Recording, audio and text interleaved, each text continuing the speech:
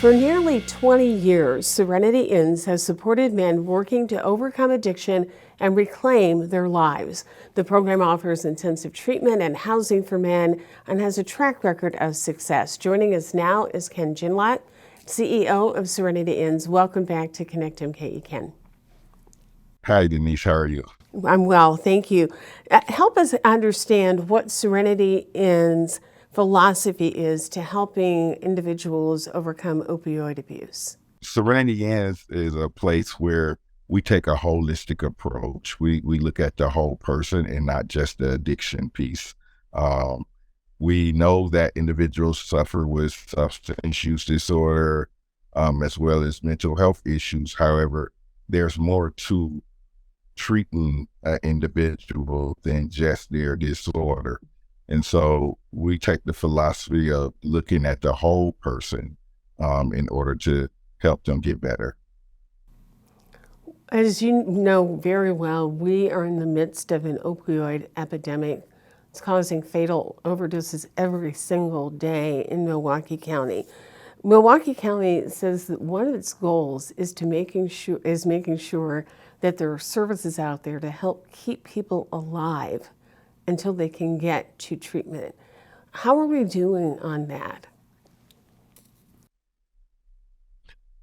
That's a great question. And first of all, it's so heartbreaking to me to see the amount of overdose deaths and how it's increasing. Um, I couldn't sleep that night when the news first broke about um, 17 or 18 overdose and within 72 hours. And so it's a tragedy. And I would really like to see more being done to help individuals that's suffering with substance use disorder. Um, we definitely need access to services. There has been a lot of money from the opioid settlement from pharmaceutical companies that has went towards harm reduction. And so Milwaukee County has been making progress when it comes to harm reduction. There are currently vending machines that's available that contains Narcan as well as fentanyl test strips. However, I would like to see more to help individuals have access to treatment. And so when it comes to access to treatment, I think the push could be a little harder. There could be more done. Uh, the long-term goal of an individual that's suffering with substance use disorder is to help them get better. And so we don't want to just continue to just push harm reduction without offering treatment. And so here at Serenity Inns, we offer treatment, right? And so what's the long-term goal of an individual that's diagnosed with substance use disorder? Is it only to reduce the harm, to prevent them from a fatal overdose, or is it long-term, or is it treatment, right? And so I would like to see more done when it comes to treating the individual for a long-term goal. Are there enough treatment options for people in Milwaukee County right now? No, and that saddens me. Every day here at Serenity Inns, we get phone calls for men that's looking for treatment. They're looking to get in treatment, and it's very critical when someone reaches out or decides to get help that it's a bed available. And a lot of times we are full. We're full. We're currently full now, and so if someone calls, we can't treat that individual. We do our best to reach out to other facilities, other treatment facilities to see if it's a bed available. But a lot of times it's the same answer. They do not have a bed available as well. And so we want to catch an individual at that moment when they're ready to get help to provide services. Is there something else that we need to be doing? What's standing in the way of having enough treatment programs for individuals when they're seeking help? Right now, I believe it's a funding issue. Um, we would love to expand and have more beds. However, having the bandwidth and the funding to do that is definitely a barrier. And I'm sure there's other providers that would like to actually open a treatment facility or build a new treatment facility to have more beds. But a lot of times the barrier is because smaller organizations like Serenity Inns does not have the bandwidth to actually expand. And so another part to that is there's treatment facilities outside on the outskirts of Milwaukee. However, we need to have access to services inside the community. And so we see the increased overdose deaths in the community, and it would be a beneficial for them to have access to treatment, access to beds, access to services in their community. Milwaukee County just received $11 million not too long ago as part of the opioid settlement. More money is due to come. How would you like to see Milwaukee County spend that money as someone who's working day in and day out with people who are working hard to overcome their addiction? Again, a lot of money has been put towards harm reduction. I would like to see more money put towards treatment, right? Treating not only the individuals, but families as well.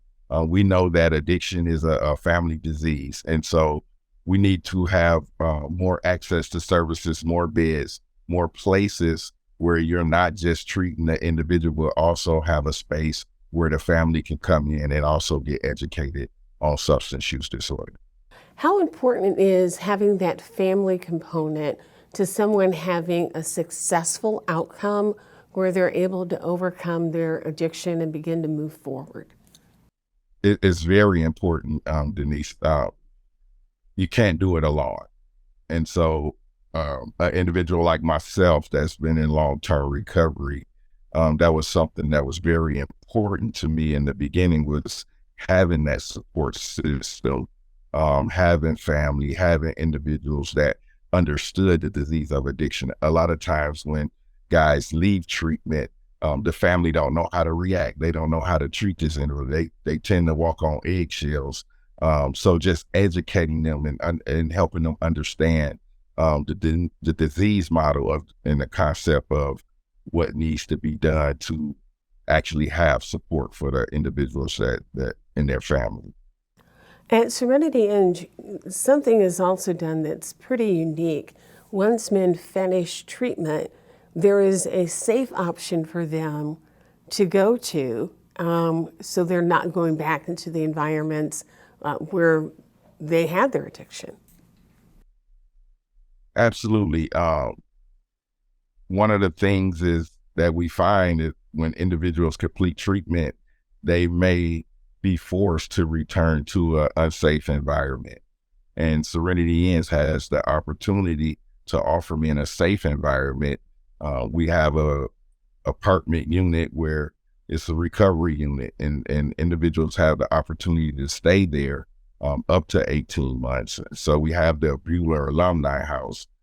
We offer to all the men that complete treatment within Serenity Inns, and we're starting to expand that as well to other treatment facilities, just making a safe environment for people to go to, or men to go to after they complete treatment. Based on what you see at Serenity Inns, who are the men who were being treated at Serenity Inns who were coming in to address their substance abuse disorder? Because we may think there's a certain type of individual who is seeking help, but that's not necessarily the case. You're correct, Denise. We have men from all walks of life, from different zip codes, different backgrounds. We even had a guy come all the way from Iowa to attend programming at Serenity Inns. But we do see an increase or a need for individuals in the community when it comes to the opioid epidemic. It's something that is not seen a lot. And so our our demographic is mostly Black African American men, and a lot of times that the news or is highlighted about an opioid death, it's not an African American man. And so I think it gives a false sense of security to the Black community when it comes to the opioid epidemic.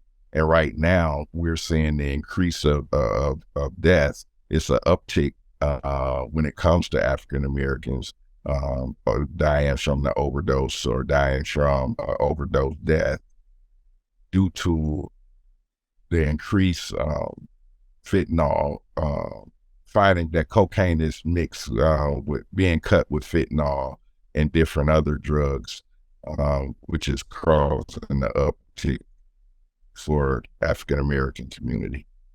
So just one of the things that we need to do in the African American community is talk more about what is happening and the way opioid is impacting our community now. Because I think you're right. People tended to think of the opioid epidemic as a white suburban issue, but that's just not the case anymore. Not the case at all. We don't look at it until it hit close to home, right? It's a lot of families in the Black community that's suffering or that lost a loved one, and they're hurt behind it, right? And so we can't just say this is a suburban problem or this doesn't affect us. And so every chance I get, I try to educate the community about the opioid epidemic or the overdose deaths, or not only that, but also offer a Narcan training. Last year in August, Serenity Inns was able to bring attention to the spike in the African American community and also put on a resource fair where it was Narcan training available. That's something we're looking to do again this year in August, and host this fair just to bring attention, awareness, and say, it is affecting us and let's do something about it. Ken, thank you so much for being with us today. The best of luck to you and to the men depending on Serenity Inns for a new chance at life. That's all for this week's Connect MKE. I'm your host, Denise Calloway. Make sure you tune in to our primetime special, Connect MKE Conversations on Race. It's all about conversations that matter.